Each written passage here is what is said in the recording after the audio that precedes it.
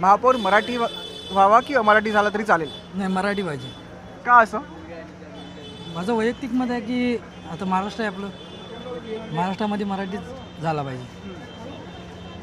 ठाम मत आहे. ठाम मत आहे. पण प्रॉब्लेम काय, म्हणजे जो कोणी महापौर होईल तो मुंबईचा असेल, इकडचा असेल, मराठी किंवा मराठी मग फरक काय पडतो मग एवढा तुम्हाला? नाही, कामात फरक पडणार.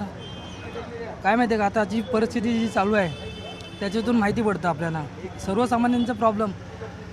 बरोबर आहे, मी ज्याच्याशी बोलू शकतो किंवा कोणाशी सांगू शकतो. बरोबर आहे, काही गोष्टी आहेत त्या आपल्याला आता समजतात तुमच्या माध्यमातून आम्हाला. त्याच्याबद्दल माझं तर ठाम मत आहे की मराठी पाहिजे.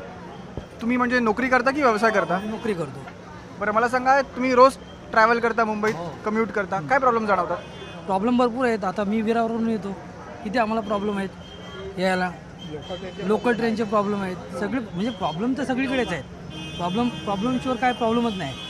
आता काय जे कोणी होतील, आता बोलतो मराठी मराठीचा हा जो वाद चालू आहे, बरोबर आहे, हा तो कुठंतरी थांबला पाहिजे. एक भाजपची लोक असं म्हणतात की जर ठाकरेंचा महापौर झाला तर तो खान होईल, किंवा ठाकरे असं म्हणतात की भाजपचा झाला तर तो अमराठी होईल. कसं बघतात?